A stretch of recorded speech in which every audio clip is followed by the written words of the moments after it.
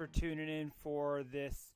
We've got some severe weather that we're going to be talking about tonight. Was taking a look at the outlook and noticed that we actually have a slight risk of severe weather for tomorrow. So here we are, mid-February, February 18th, 2026, and we are talking about a pretty actually decent threat for severe weather tomorrow across parts of the Ohio Valley. So we'll be diving into that here on this broadcast. We will be doing some full coverage of that tomorrow afternoon and tomorrow evening. So if you're new to the channel, make sure to hit that subscribe button so you get notified when we go live to be covering that severe weather event tomorrow. This is going to be mainly for portions of the upper Mississippi Valley into the Ohio Valley. So places like parts of Illinois, Indiana, Western Ohio, even down into Kentucky. It's going to really start maybe even out into parts of eastern Missouri in the afternoon. So a lot of different things are going to be playing into tomorrow's severe weather setup as we get into the afternoon. So let's kind of take a look here, looking at the actual outlook here that we see here for tomorrow, because it's actually a decent area that the Storm Prediction Center has already outlined for tomorrow. So here's kind of what we're looking at. This is the big picture here you can see. So this is pretty much the area in yellow that you see. That is our slight risk area that we have in effect. And then the area in the darker green shading is our marginal risk area. And then anywhere in the lighter green shading here is the general thunderstorm risk area. So that's kind of what we're looking at. As far as the day 2 severe weather, let's kind of show you a little bit closer on some of these states here. So we'll come here into Indiana. Let's see here, Phil. Let's come back to, here we go. So here's that risk area there. So we got that slight risk area in the marginal. And then there's actually, again, this is a decent risk for mid-February. We're seeing a 5% tornado risk there that you can see and a 2% surrounding that. So there could actually be supercells with this storm system tomorrow afternoon and tomorrow evening. Definitely not out of the question. And the wind risk will be there as well, especially as we go later into the evening. Maybe even towards sunset and a little bit later as well.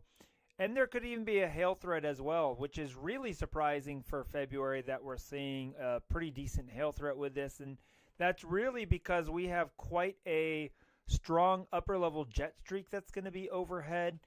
There's going to also be really good lifting mechanisms with steep lapse rates. So that's going to allow those hailstones to actually form and, you know, be decent size as well.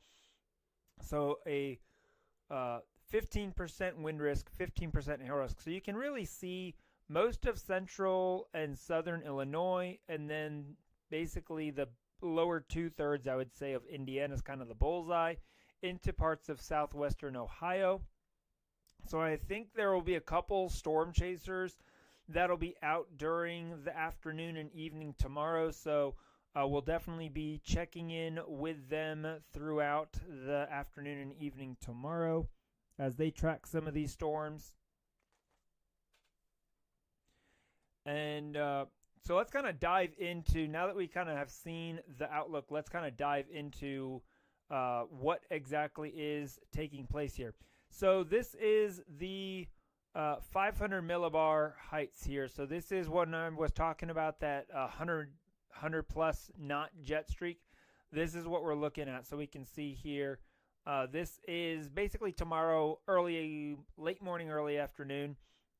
So there will be a pretty strong jet streak that'll be set up over parts of pretty much stretching from Oklahoma across southern Missouri, even into southern Illinois and Indiana. It's really the left exit region of that is where we're going to see those storms kind of take shape.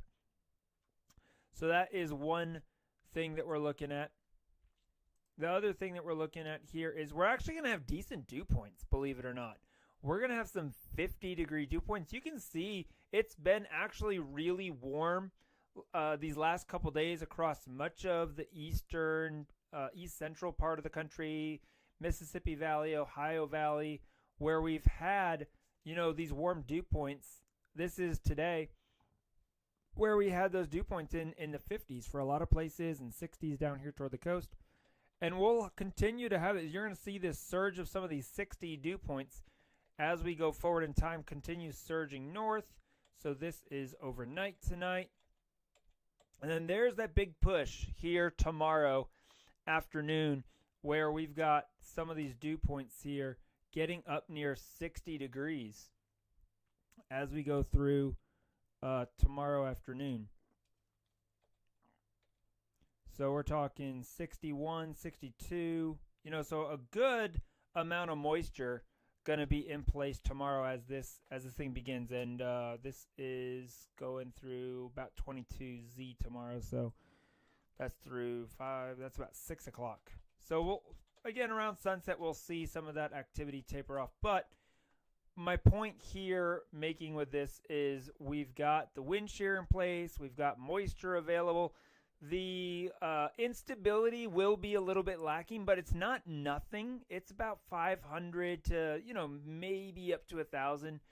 It'll depend on where the clouds can break, if we can get any diurnal heating and destabilization to occur out ahead of that front.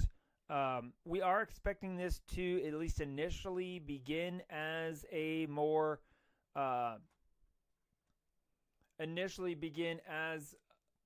individual storms and supercells potentially, and then kind of grow upscale into more of a damaging wind threat as we get later into the evening tomorrow, probably in portions of, I'd say eastern Indiana going over towards Ohio, eastern Kentucky, those areas where it could kind of become a squall line and pose more of a damaging wind threat with still an isolated tornado threat. That's not out of the question, but I think the main tornado threat will be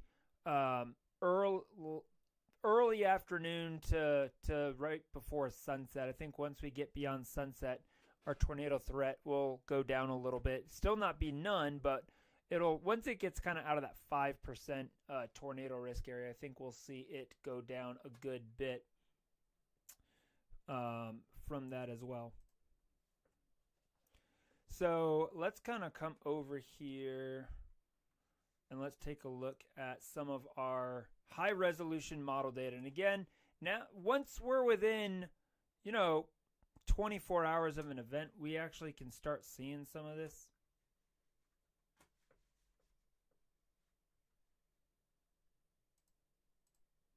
So let's flip back over here. I'll make this full screen for you guys too.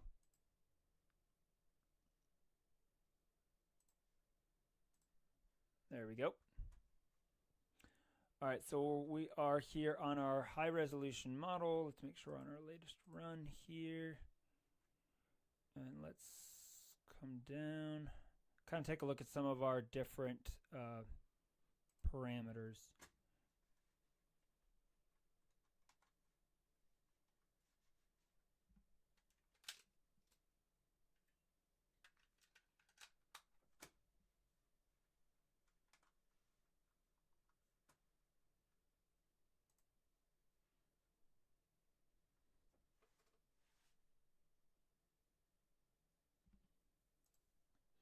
So here is, and then we'll zoom in. Let's go into our Ohio Valley region so we can kind of get a closer look. Because this is kind of where the main area of interest is going to be as we go into the day tomorrow. So this is our low-level shear.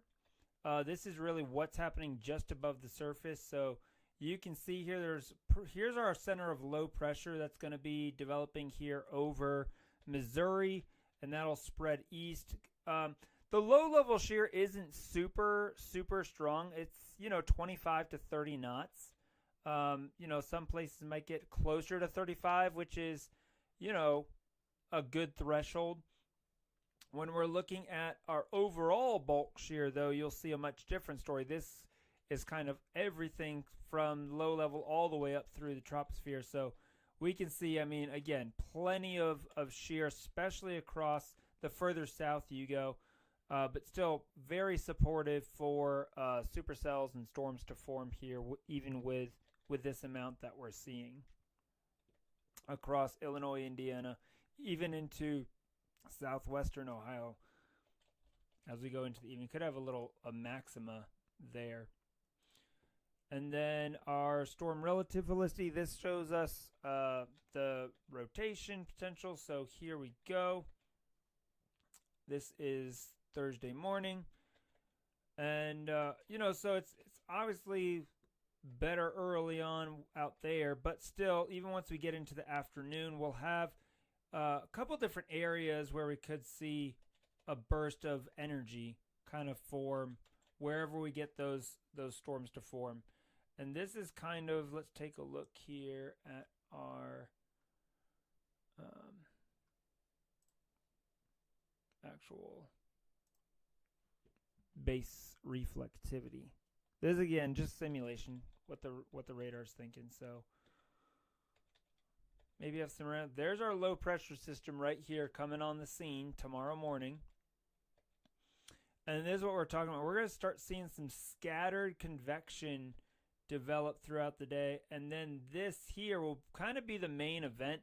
So I really think it will start. There could be some strong storms here as that warm front lifts north. But then as those storms kind of ride east, pretty much move west to east, right along that front, that's where we'll see some more of those supercell potential type storms break out across portions of central into southern Indiana, maybe even here into northwest, so you can kind of see them individualized, 1, 2, 3, 4, maybe 5 there.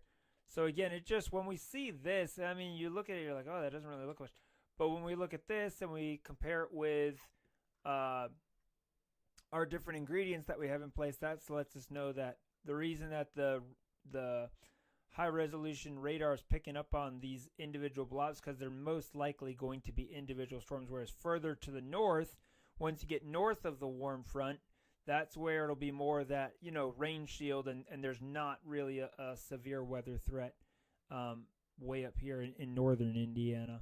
But there could still be a decent wind threat here into, Indianapolis, coming over here towards Cincinnati, Dayton as we go tomorrow afternoon into tomorrow evening. So really from St. Louis all the way to really Columbus, that whole stretch there is going to be under the gun for severe weather tomorrow. So I just wanted to come on here and kind of give you guys a heads up on that. Maybe you hadn't seen that. So if you know folks that live in these areas, definitely shoot them a text, send them a message, say, hey, just an FYI, severe weather threat for tomorrow afternoon into the evening. There is the potential, again, for some tornadoes. That is not out of the question. Wind damage will be pretty decent, and there could even be some decent hail. I mean, I'm not talking, baseball-sized hail or anything, but there could be some 1 to 2 inch hail in some of these storms, not out of the question. So we'll definitely be tracking it tomorrow. We'll probably start coverage around 4 or 5 o'clock sometime in there, probably closer to 5, I'd imagine.